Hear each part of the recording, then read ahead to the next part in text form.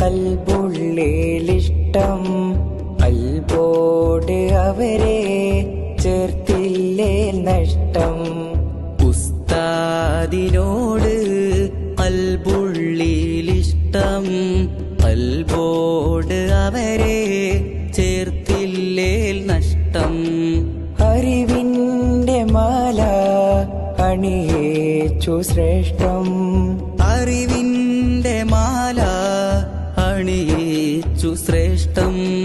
പ്രാർത്ഥിക്കാം അവർക്കായി ദിനം 100 വട്ടം.